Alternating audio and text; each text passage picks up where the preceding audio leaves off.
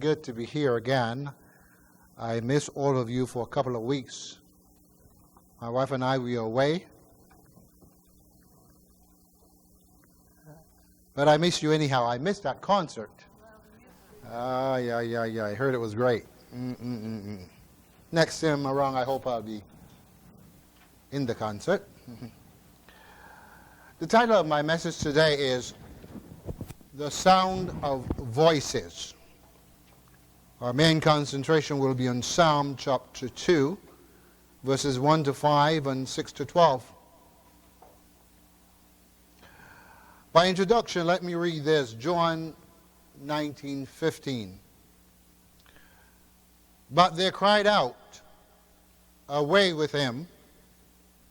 Away with him! Crucify him!" Pilate said to them, "Shall I crucify your king?" The chief priests answered, "We have no king but Caesar." This was the sound of the mob voices, and Pontius Pilate, governor of Judea. We call those rebellious voices. Starting in verse 1 of Psalm 2, the question is asked, why do the heathen rage and the people imagine a great thing? I love how the Living Bible quotes this verse. It says, "What fools the nations are to rage against the Lord.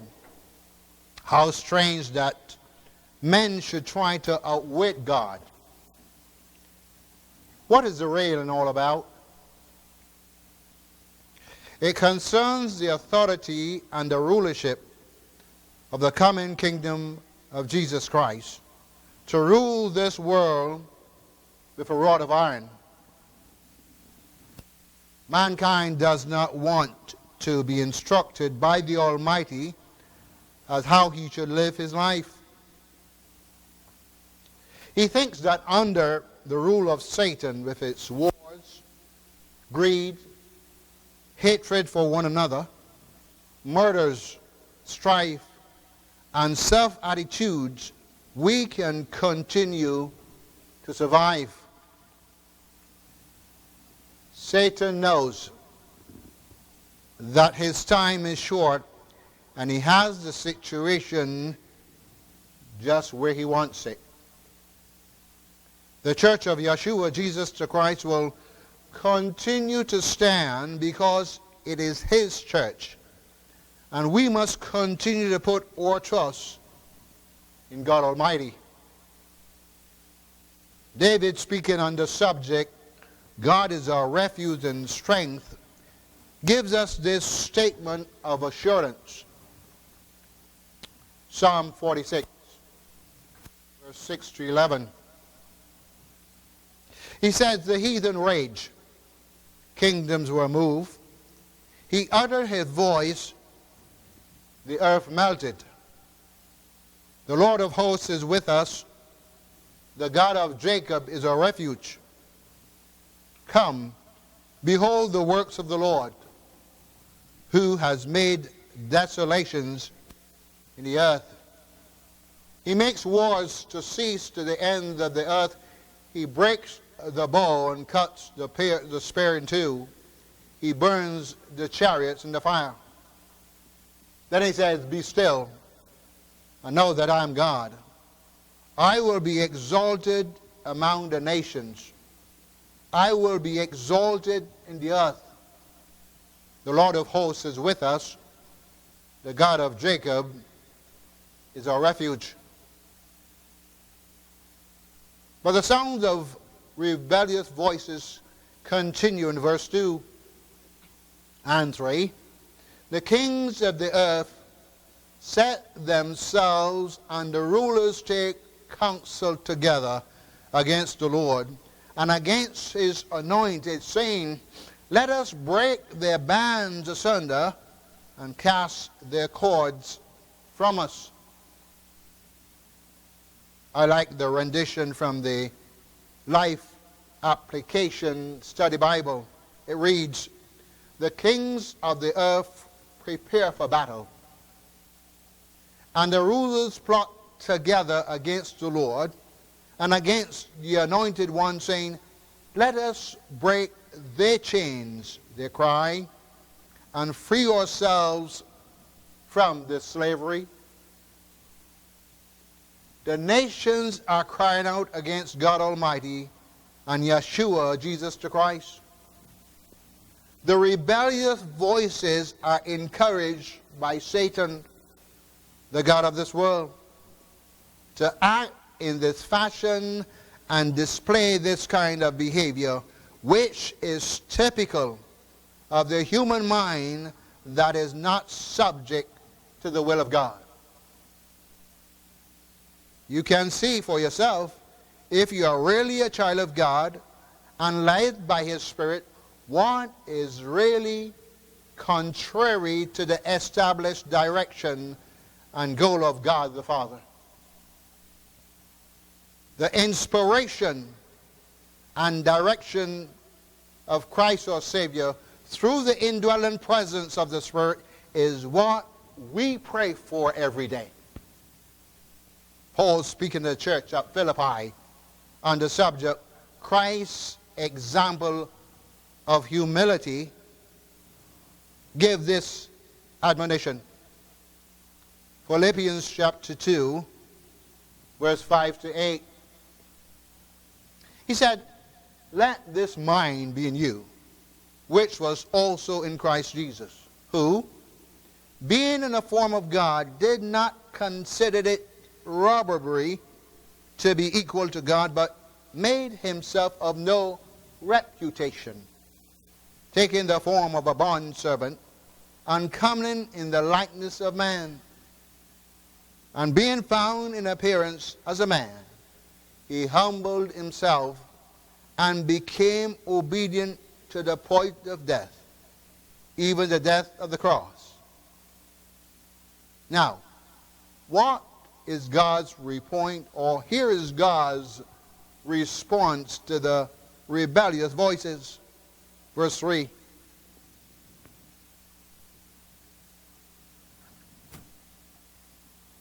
It says he sits in the heavens, or he that sits in the heavens shall laugh. The Lord shall have them in derision. Now, derision simply means to have the nations speaking in an unintelligent style or conversation and to ridicule each other. That's really derision. You're confused.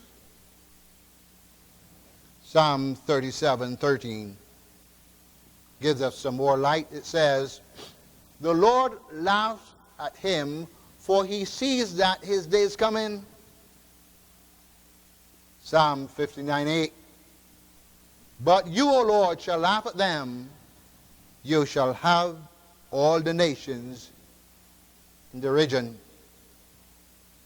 This is just what God Almighty is going to do as he responds to their wretched conduct. I would not like to be in their shoes, as they say. The best thing that we can do is to agree with our Heavenly Father as we continue in our efforts through Jesus Christ to achieve the ultimate goal in life. What could be greater than having the true knowledge of the existence and the understanding of how to achieve it? Our existence. This insight is absolutely imperative to our survival in a world that's filled with all kinds of false information and pagan customs. The psalmist continues speaking of the Almighty. Verse 5, he said, "Then shall he speak unto them in his wrath, and vex them in his sore displeasure." The wrath of God is something not to play with. Romans chapter 1, verse 18 states, the wrath of God is revealed from heaven against all ungodliness and unrighteousness of men, who hold the truth in unrighteousness. How would you describe the wrath of God? Strong's Exhaustive Concordance describes it this way: punishment, anger, indignation, vengeance, wrath. This is what we are being saved from if we continue to serve the living God with honesty, reverential fear, and commitment. He promised to keep us from the evil that's coming on this planet we call Earth. The psalmist continues with God's response. He said, and vex them with his sore displeasure. The Living Bible reads this way. And then in his fierce fury, he rebukes them and fills them with fear. What kind of emotion will take hold of them? They being perplexed or tremble inside. They become alarmed and dismayed. The nations are going to fall to their knees and cry out when the Almighty responds in his fury. Human beings of all language around the globe are mocking and making fun and having no respect for our Creator and his laws. It's like a joke. There's no God. We do what we feel like. They are following their leaders, inspired by the evil one the Bible called the God of this world, Satan. Notwithstanding the rebellious voices of the nation, God has already established his plan and set it in operation, and it will stand. So we have the coronation of the Lord's anointed. Psalm 2, verse 6 to 12. Verse 6 says, yet I have set my king on my holy hill in Zion. Jesus the Christ is going to reign in Jerusalem from the hill of Zion. What do the scriptures say about Zion? Psalm 48, verses 1 to 2. Great is the Lord, and greatly to be praised in the city of our God, in the mountain of his holiness. Beautiful for situation, the joy of the whole earth is Mount Zion. On the sides of the north, the city of the great kings. The question is, when, where, and by whom will Yeshua, Jesus the Christ, be crowned as kings of kings? It will be done just before he returns to earth. It will be done by God the Father in the presence of the angels. Daniel chapter 7, verses 13 and 14. Daniel said, and I saw in the night visions, and behold, one like the Son of Man came with the clouds of heaven, and came to the Ancient of Days, and that brought him near before him. And there was given to him dominion and glory and a kingdom that all people, nation, and language should serve him. His dominion is an everlasting dominion which shall not pass away, and his kingdom which shall not be destroyed. We are looking forward to be part of this. I said to Mark today in a conversation, we got to stay focused. With all the misery, and the planet Earth is in an uproar. Satan is heating it up. What is your focus? Will you become distracted? Will you come all turn upside down because of the misery around you? I always go back to the description of Peter. In the morning, Peter sees the master come walking on the water. And he said, Master, it's you, can I come? I always think about it. The master could have said to Peter, hey, no, it's too dangerous. He said, come. Peter stepped out in the water and started walking. He was doing all right till he got distracted. Start sinking. Same thing can happen to you and me. We have a focus to become a member of the family of God. Not only that, to qualify to be in his kingdom, to save this world from itself. He has handed you an invitation. Every time I think about it, he handed you an invitation to the marriage supper of the Lamb, and the rest of this, are you becoming distracted? Daniel 7, verse 10. A fiery stream issued and came forth from before him, speaking of God the Father. Thousands minister unto him, and 10,000 times 10,000 stood before him. The judgment was set. The books were opened. Brethren, this is why we are here.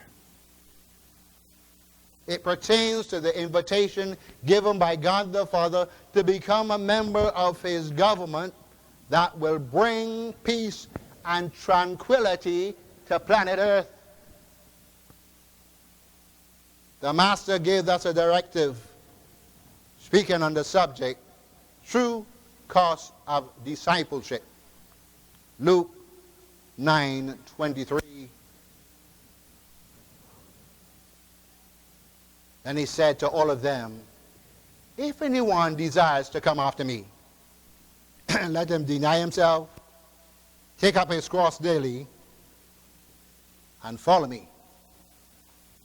Our hero also made this powerful affirmation when he said these words, John 14:6. Jesus said to them, I am the way, the truth, and the life. No one comes to the Father except through me. The only way to follow the Master is to copy his lifestyle. There's so much discussion concerning the Sabbath. As to when it starts, when it ends. Many arguments are still out there. The only confirmation must come from the benchmark set by Yeshua Jesus the Christ in his humanity as the Son of Man. Luke speaking on the subject, the rejection of Jesus of Nazareth. Luke chapter 4, verse 16 to 21. So he came to Nazareth, where he had been brought up. And as his custom was, he went to the synagogue on the Sabbath day and stood up to read. Then he was handed a book of the prophet Isaiah. And when he had opened the book, he found the place where it was written, the Spirit of the Lord is upon me, because he has anointed me to preach the gospel to the poor. He has sent me to heal the brokenhearted, to proclaim liberty to the captives, and the recovery of sight to the blind, to set up liberty those who are oppressed, and to proclaim the acceptable year of the Lord. Then he closed the book and gave it back to the attendant and sat down. And the eyes of all those in the synagogue were fixed on him. And he began to say to them, today, this scripture is fulfilled in your ears. But then the psalmist talk about the anointment Jesus Christ made in verse 7, Psalm chapter 2. The psalmist continues his presentation on the coronation of the anointed one. And here Jesus the Christ makes an announcement. He said, I will declare the decree. The Lord has said to me, you are my son. Today I have begotten you. This declaration and confirmation of who Yeshua is came from the Ancient of Days, describing Daniel as the Heavenly Father. We also find another confirmation in Matthew chapter 3, verse 16 and 17. Speaking of Jesus, when he had been baptized, Jesus came up immediately from the water, and behold, the heavens were opened to him, and he saw the Spirit of God descending like a dove, and it alighted upon him. And suddenly a voice came from heaven saying, this is my beloved Son, in whom I'm well pleased. Let us see what Hebrews had to say on this. Hebrews chapter 5, verse 5. And also Christ did not glorify himself to become high priest, but it was he who said to him, you are my son. Today I have begotten you. When we contemplate on the words of our Heavenly Father about Jesus the Christ in his humanity as the Son of Man, it conveyed the message of a proud Father that thinks very highly of the one who became our Master and Lord. Continue Psalm chapter 2, verse 8. The psalmist gives us more of the exciting decree. God the Father, still speaking before elder brother Yeshua, said this, ask of me, and I shall give you the heathen for your inheritance, and the utmost parts of the earth for your possession. This has already been done, and we await the implementation. Jesus the Christ, in his office as the Son of Man, qualified to be high priest and king, his coronation is guaranteed. Luke chapter 1, verse 32 and 33. From his birth, this is what Luke said. Then the angel Gabriel announced the birth of Christ. He said, he shall be great, and shall be called the Son of the Highest. And the Lord God shall give him the throne of his father David, and he shall reign over the house of Jacob forever, and of his kingdom there shall be no end. Psalm 22 is more of the dialogue between father and son, and the psalmist clearly identifies who will be under the rulership of King Jesus. Psalm 22, verse 27. It says, all the ends of the world shall remember and turn to the Lord, and all the families of the nations shall worship before him. Why do you think that this will be the way of life after all these centuries of abuse by so many government and rulers? Here's the answer. Verse 26, Psalm 22.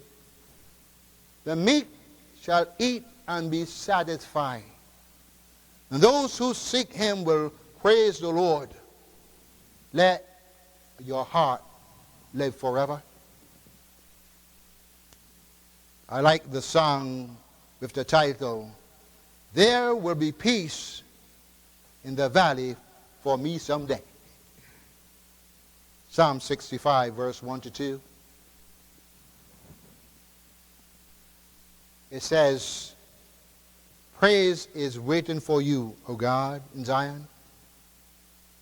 Unto you the vow shall be performed. O you who hear prayers, to you all flesh will come. Now, some will come willingly out of a heart of thanksgiving, and some will not. This will be the fate of those who are rebellious and unwilling. Psalm 2, verse 9. It says, you shall break them with a rod of iron. You shall dash them to pieces like a potter's vessel. The world will come to understand and to see what is real and honest justice delivered with great authority. Reigning with Yeshua as kings and priests, we will be able to teach mankind what it really means to be in fellowship with God the Father and how to live lives that are pleasing to Him. The question is, how do we please the God of creation? The writer of the book of Hebrews had this to say about one of the famous men of old. Hebrews chapter 11, verses 5 and 6.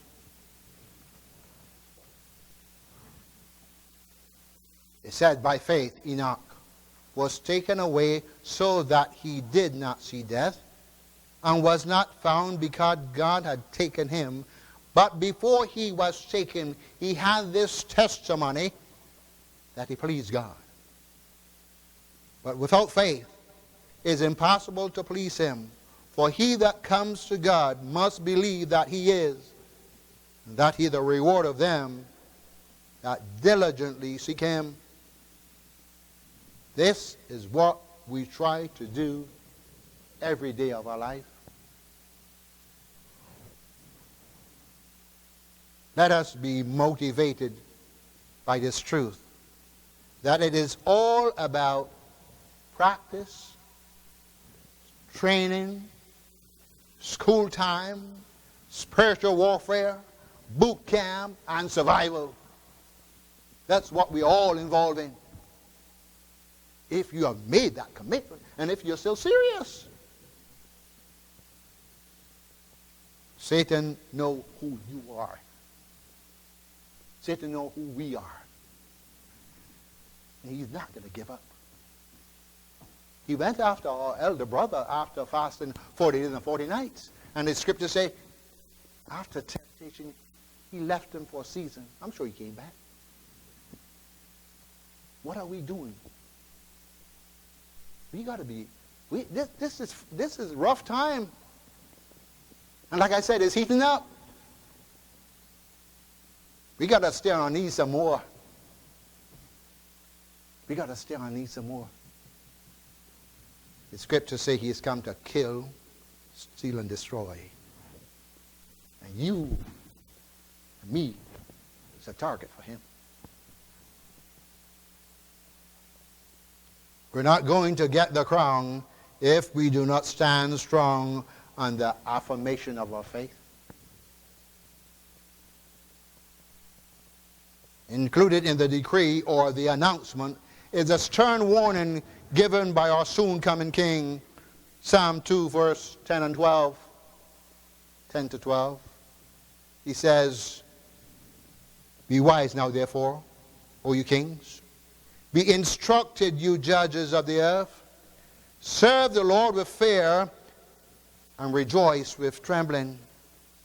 Kiss the Son, lest he be angry, and you perish in the way when his wrath is kindled but a little. Blessed are all those who put their trust in him. Let me quote a segment of an article from the Treasury of David. I consider an exegete that summarizes verses 10 and 12 of Psalm chapter 2. Quote, be wise. It is always wise to be willing to be instructed, especially when such instruction tends to the salvation of the soul. Be wise now, therefore. Delay no longer, but good reason weigh with you. Your warfare cannot succeed. Therefore, digest and yield cheerfully to the one who will make you bow if you refuse his yoke. Oh, how wise, how infinitely wise is obedient to Jesus. How dreadful is the folly of those who continue to be his enemies. Serve the Lord with fear. Let reverence and humility be mingled with your service. He is the great God, and you are but creatures, puny creatures. Bend you therefore in lowly worship and a filial fear mingle with all your obedience to the great God of ages. Rejoice with trembling. End of quote. Finally, I began this sermon with voices of rebellion. Let me close with voices of adoration, praise to God Almighty and our Heavenly Father. Psalm 92, verses 2 and 3.